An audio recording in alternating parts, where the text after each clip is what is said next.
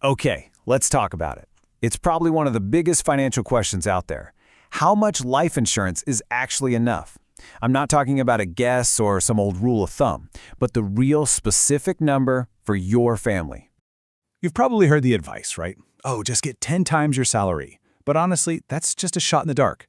It totally ignores your actual debts, your goals for your kids, and what your family's life really costs. So we're going to throw those rules out the window and build a real plan from the ground up. The way the pros do it is with something called the capital needs approach. Now I know, it sounds a little technical, but trust me, the idea is super simple. We're just going to figure out the exact lump sum of cash, the capital, your family would need, all in one go, to cover absolutely everything if you weren't around. To make this all feel a bit more real, we're going to walk through a case study together, from start to finish. We're going to build a complete financial safety net for one person. So, let's meet Derek and see exactly what he wants to protect. You see, this whole thing, it's not really about just crunching numbers. It's about taking personal goals, real human wishes, and turning them into a solid financial plan. It all starts with what actually matters to you. And here are Derek's goals. Look how specific they are. He wants to give his wife, Becky, the freedom to not work until their youngest is all grown up.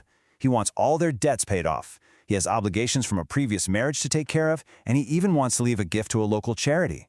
These aren't just vague ideas, right? They're actual promises we can put a dollar value on.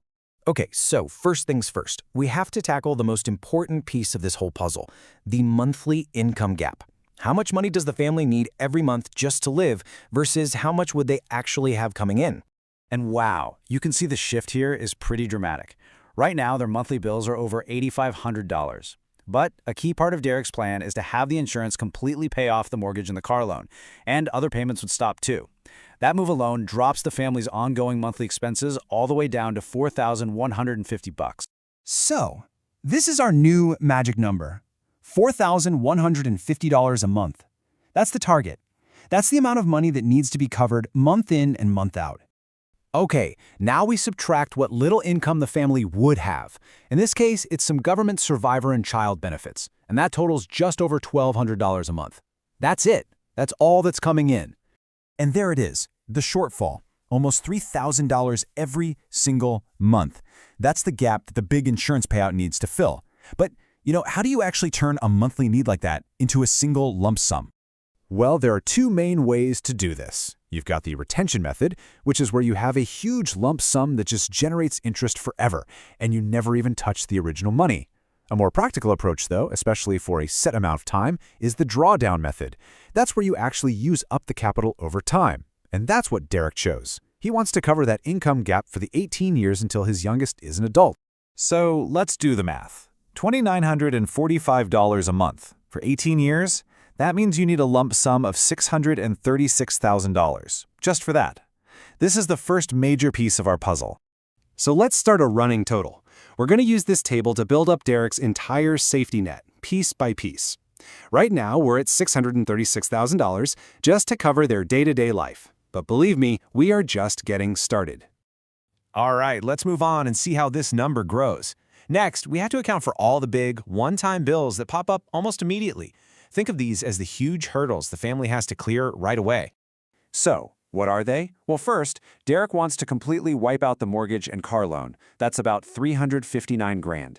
Then, $20,000 for final expenses like a funeral. And here's a big one people always forget, taxes. Leaving a cottage to his kids actually triggers a tax bill of over $86,000.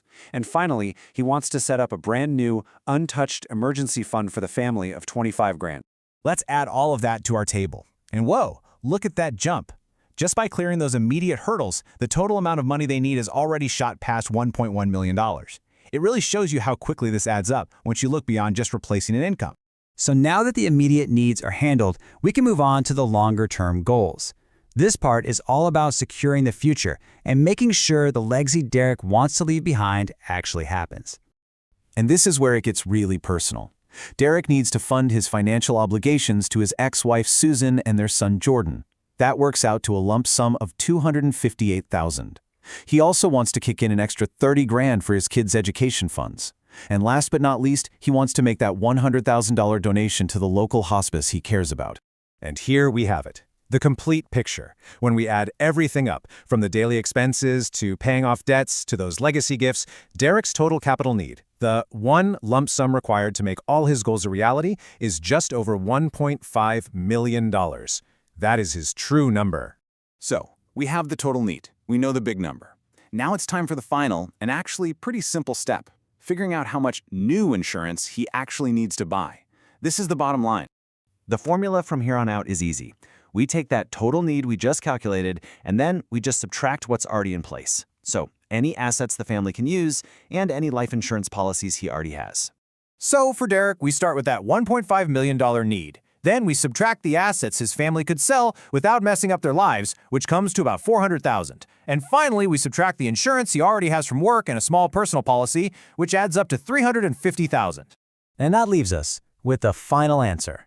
After everything is said and done, Derek has a life insurance shortfall of $760,000. That's it.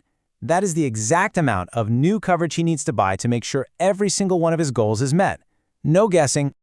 So you see, in the end, this isn't just some number on a spreadsheet. For Derek, $760,000, that's peace of mind. It's the figure that turns wishes into guarantees and ensures his family is truly secure. It really makes you stop and think. What specific promises would be on your own list?